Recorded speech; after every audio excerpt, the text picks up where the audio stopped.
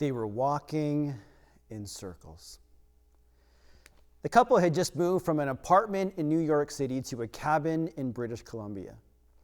And they absolutely loved their new home and were in awe of the cedar forests that were now their backyard. And so they had to explore. And they were given some insights from their new neighbors about some of the trails and the various places where some of these trails led. And they were also given a warning about how very easily people can get turned around in the forest and lose their bearing. But unfazed, they ventured into this added bonus of their new life in their new home, and they began to trek down these various trails. Each breath brought new levels of excitement, and every turn seemed to unlock these new layers of beauty until, haven't we seen that before?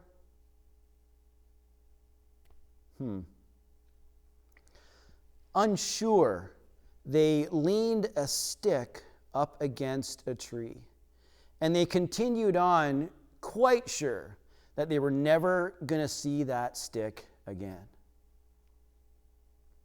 Until, after moving on, believing they were never going to see that stick again, there it was.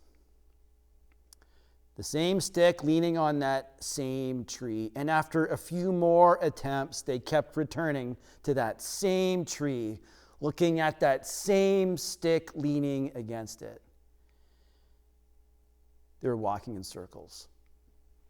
And in a moment of panic, they felt like characters in a horror movie, that are trying to break free and get freedom, but who inevitably end up back where they started, but with little less hope each time.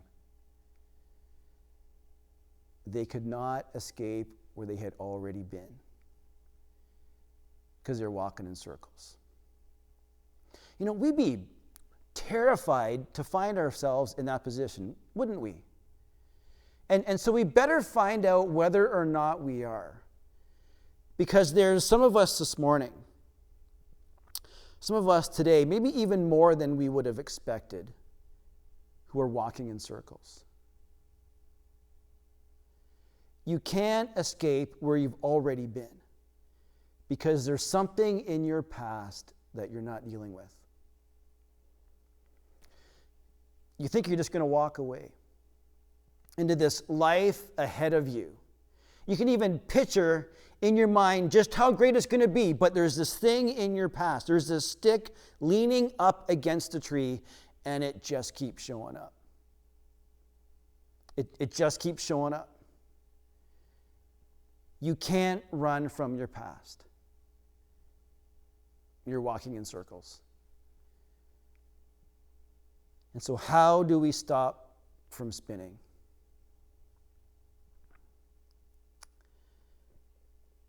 How do we free ourselves from the past? How do we free ourselves from these things in our past, these negative things that just keep showing up? Well, we're going to answer that question over the next couple of weeks. A couple of weeks because, that's way too big of an issue for us to deal with in just one message very, very quickly, as you know. But as you also know, if that's you this morning, if you're the one walking in circles, that thing keeps coming back, you're now desperate to how to get out of it. And so today and next week, we're going to look at the life of Jacob, just a little bit of his story in the Old Testament, because Jacob, he's going to help us learn how to walk forward positively. Jacob will help us learn how to stop walking in these circles and free ourselves from the past. How do we free ourselves from these things in the past? Well, our text this morning is going to be Genesis chapter 32, verse 1 to 8. That's going to be where we're going to focus in here this morning. And in this text, we're going to see some things that we got to stop doing. I mean, we have to stop doing them, and yet they seem to make sense to us. And so we often resort to these things, but they ultimately don't help. But before we get to that, let me just tell you very quickly what it is that Jacob's issue is. Okay, Jacob has this negative issue from his past. Now, I'm just going to recap it real quick. If you want the full story, then you should read Genesis chapter 27, verse 1, down to about Genesis chapter 28, verse 5. That's the full story. But here it is in a nutshell. Jacob has deceived his older brother Esau out of his birthright. Birthright, that is the place of number one son, because he's the oldest. Okay, Jacob has deceived his older brother out of that, and not just the birthright, but the blessing that often comes to the number one son, the oldest son. And culturally, those are huge, birthright, the father's blessing, they're absolutely huge. And we get a sense of that when we look at Esau's response to this. Okay, Esau's response is he wants to kill Jacob. And so Jacob leaves home. And when we pick up in the story, in Genesis chapter 32, Jacob's been gone for 20 years. For 20 years, he's had this unresolved issue in his past. I mean, he's just walking circles. And it just keeps coming back. And so in Genesis chapter 32, at least in my Bible, there's a heading for this chapter. And the heading says, Jacob prepares to meet Esau. Okay, finally after 20 years, Jacob is going to deal with this past. But like I said, some of the things we see Jacob doing in the first 8 verses are things that we often resort to because we think they make sense, but we got to stop doing them because they actually don't help. Let's look at verse 1 and 2 from Genesis chapter 32. Jacob also went on his way, and the angels of God met him. When Jacob saw them, he said, "This is the camp of God." So he named that place Mahanaim.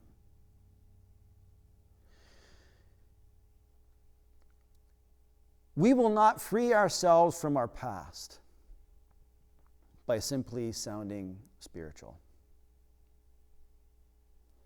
We will not free ourselves from the past by simply sounding spiritual. Now, Jacob says the right things.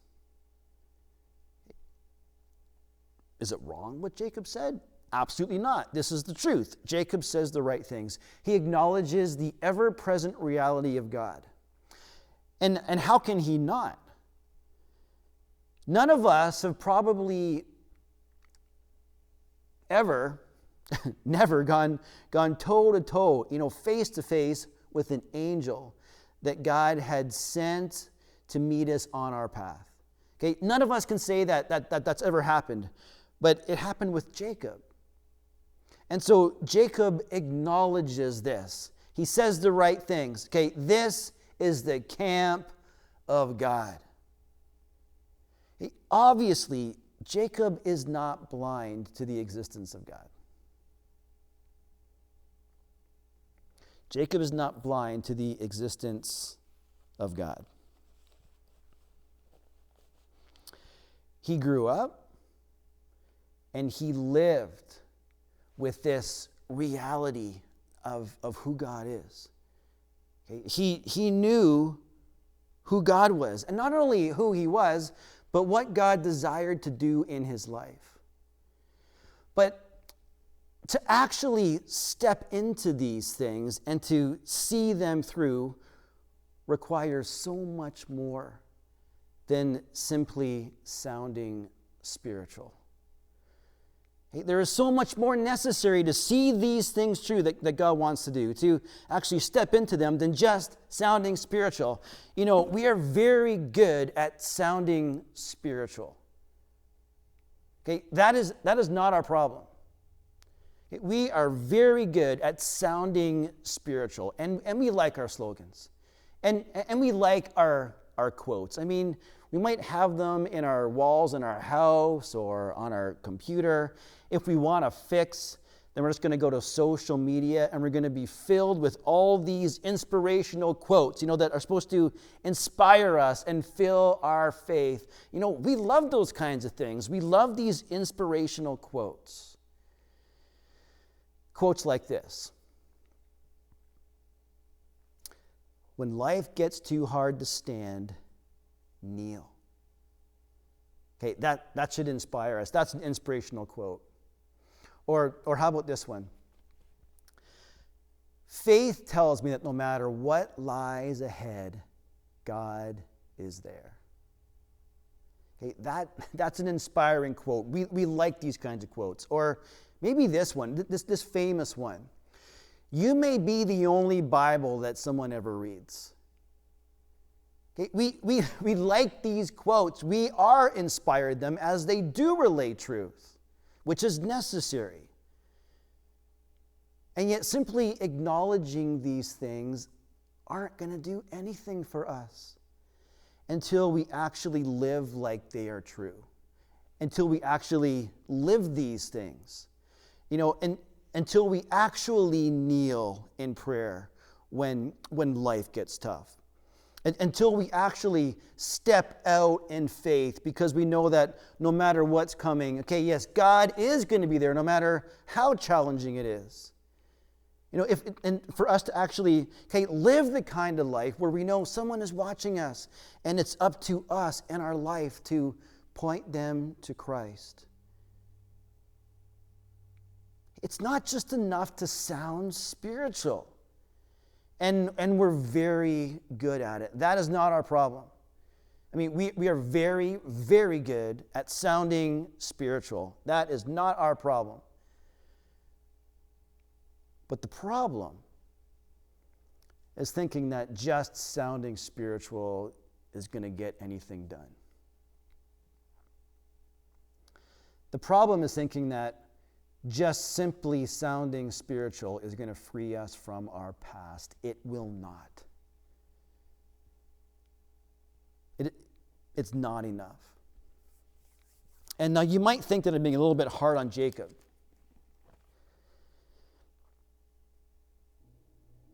I'm not trying to read between the lines or color outside of them. Because listen to what happens next. Jacob also went on his way, and the angels of God met him. When Jacob saw them, he said, "This is the camp of God." So he named that place Mahanaim. Okay, but now listen to what happens. Jacob sent messengers ahead of him to his older brother Esau in the land of Seir, the country of Edom. He instructed them, "This is what you are to say to my lord Esau. Your servant Jacob says, I have been staying with Laban and have remained there till now." Okay, 20 years. "I have cattle and donkeys, sheep, goats, male and female servants. Now I am sending this message to my Lord that I may find favor in your eyes." As much as what Jacob said in verse 1 and 2 was true. Okay, this is the camp of God. Okay, this is in God's hands. All of a sudden, in verse 3 to 5, we see Jacob trying to take matters into his own. You will not free yourself from your past by simply sounding spiritual. Okay, inspirational quotes aren't going to be enough. Okay, you will not free yourself from your past by simply sounding spiritual or through self-reliance, through taking matters into your own hands.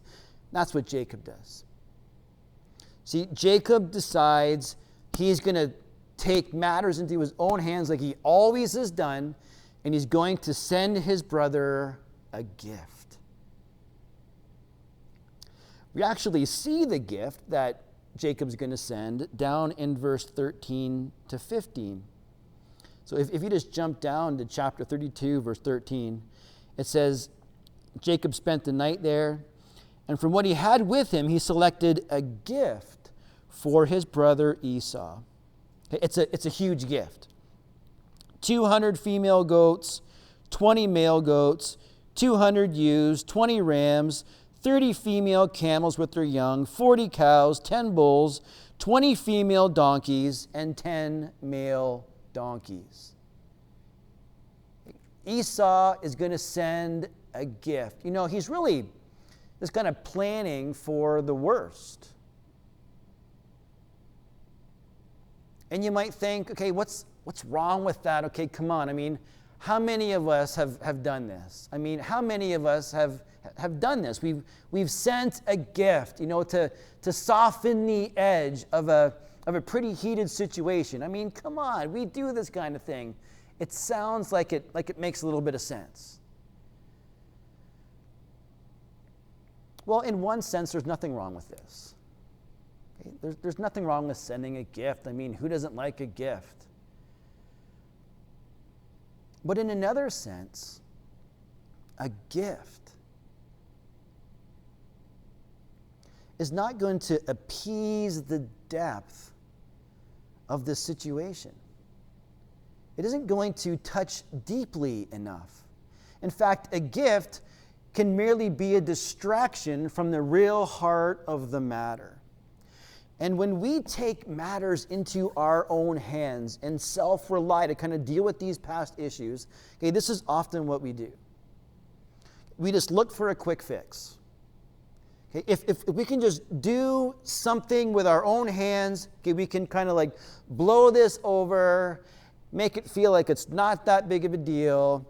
We can just kind of push things aside, get it done, and we can move on.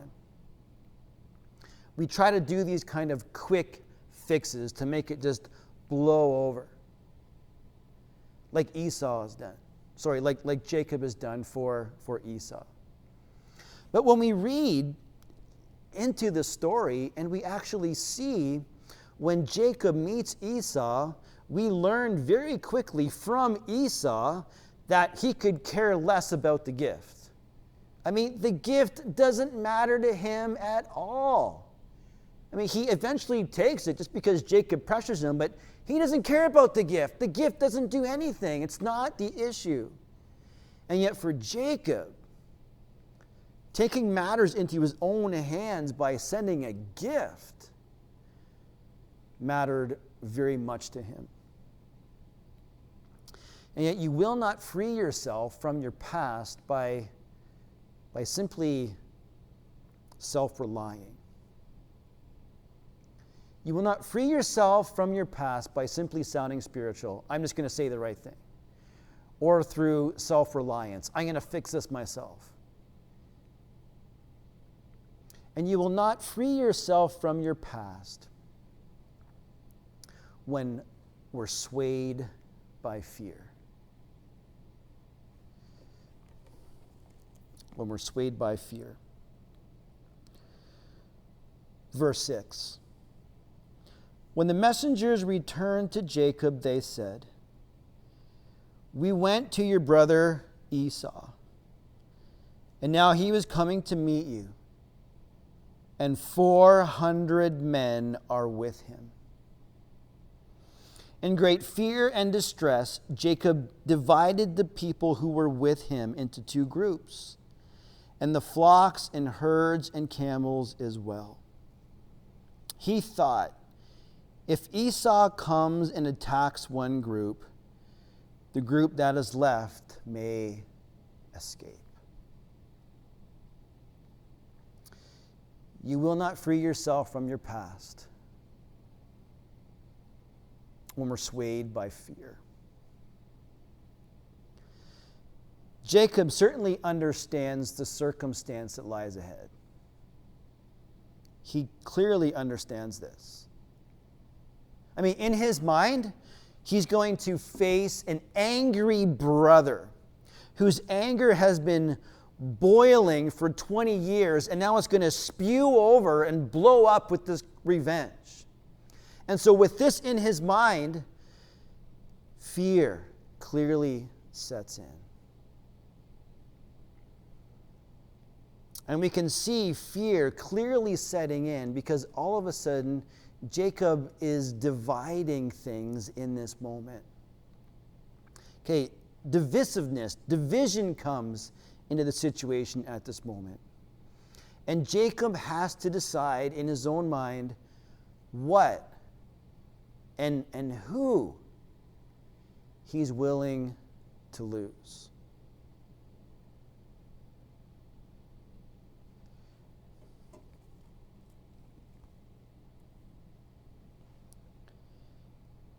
This does not convey peace. This does not convey peace in Jacob's heart. Jacob's walking in circles. See, 20 years ago, this whole thing started with division. And now we're right back there. He's walking in circles. And we follow. We do the same thing when we do the same things to deal with our past issues. Maybe the issue that you have with your brother that's unresolved. Or maybe the issue you have with your sister that's still unresolved. Or maybe for you it's some other family tension. Maybe it's just the guilt of something that you did and you're carrying that with you now. Perhaps for you it's the abandonment you felt from someone who said they loved you and you thought were supposed to love you. Maybe it's just the words that still sting to this day. The list goes on and on and on of things that we haven't resolved, but we do things that in our minds, okay, we think they make sense. Okay, if we could just do these things, okay, this should work. If I just say the right things, if I just plan for the worst scenario, if I just understand the circumstances, okay, in our minds, we resort to these things because they seem to make sense. We seem to think they're going to work. But simply sounding spiritual never works. Self-reliance, taking things into your own hands, it never works. And being swayed by fear, it never works. These things never work. And so here we are, we find ourselves just walking in circles again. We can't escape where we have already been. Just like that couple. Wandering in the woods, seeing over and over again that stick leaning against that same tree. Okay, they're walking in circles and they are so frustrated. They're so frustrated. And in fact, that couple, in a moment of frustration, took the stick and they kicked it down and they threw it away because they knew whatever they were doing, it wasn't working. Okay, what they were trying to do wasn't working, and so in desperation they knew things have to change. Okay, we can't keep stepping forward this way. We just keep finding ourselves back here. Something has to change, and they are desperate for it. And so today, that's maybe where you are. You can't escape where you've been. It just keeps showing up. And now you're desperate. Please, I can't keep walking in circles.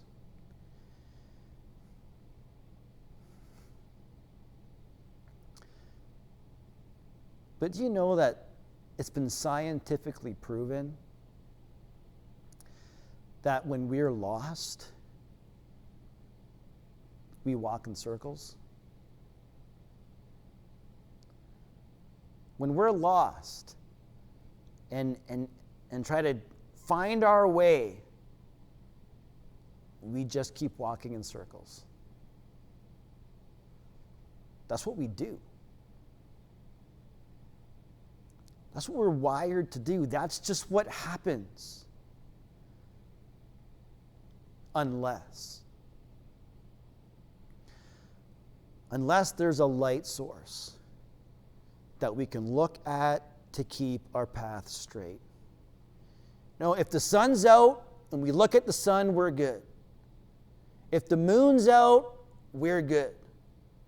Okay, we need something to look up to that is going to give us direction that the ground cannot give us.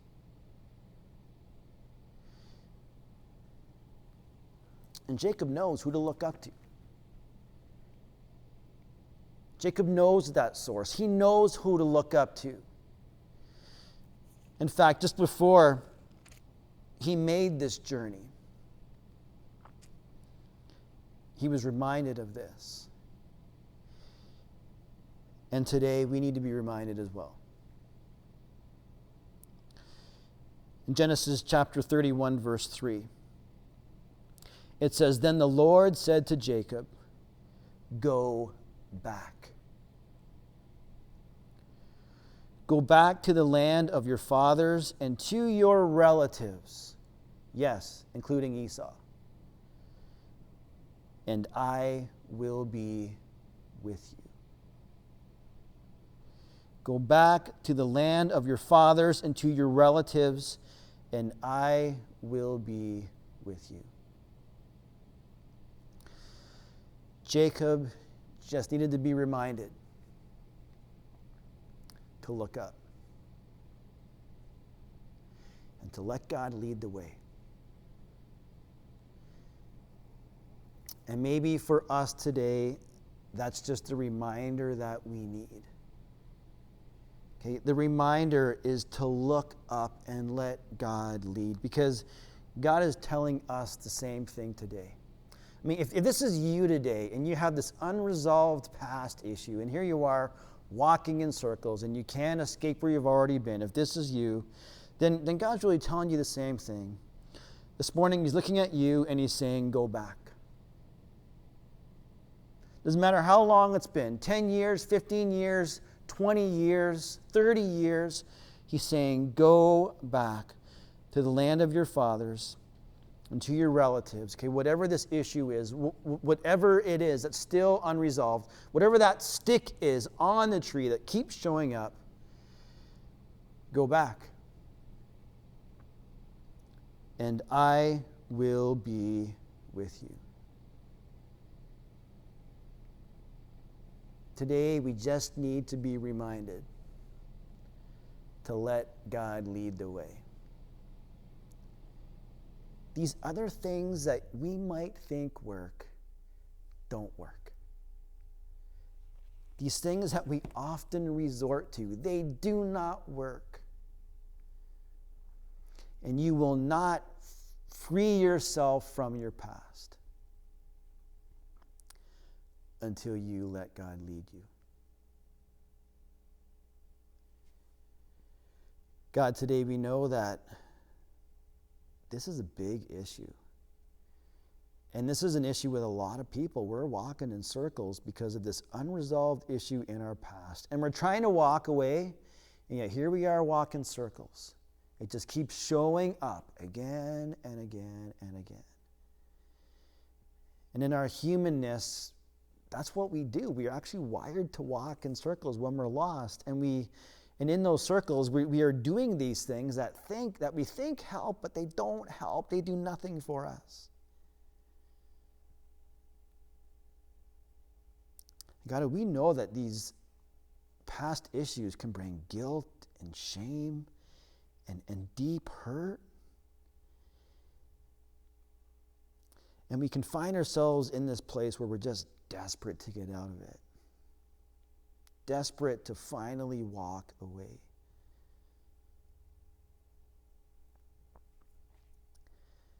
And so, God, we need to let you lead us in that. Whatever it is, okay, sounding spiritual is not enough. Relying on self, not enough. Being swayed by fear, that's not going to help. We need to let you lead. So help us today to look up and to step out in faith and to let you do that. Because we've got to stop walking in circles. We really do need to be freed from our negative pasts. To walk and cover the ground that you have for us. And so, God, I pray that we would find the faith to do that today. And trust you in it to lead us through. And we pray in your name. Amen. You will not free yourself from your past if you don't let God lead. And I pray today that we've been challenged with this. Not just challenged, but encouraged. To stop walking in circles and to deal with these things, these negative things in our past. Because God will walk you through it. He'll lead you through it. He promises he's going to be with us. And so look up and let him lead. I pray that you've been challenged and encouraged with this today. You know, we don't need to be tied to our negative past because God has a future for us that he wants us to walk into, a future of covering ground that he has for us. And we need to take it. But as long as we're stuck in the past, we can't. So let God lead you through that. And I pray that you be able to do that. If you need help with that, or if you need to talk to someone about that, then we are here, we are available. Please call, please text, and we'd be more than happy to pray with you and talk you through that. But this week, let's go. And let's walk in faith, let's look up, and let's continue to let God lead us.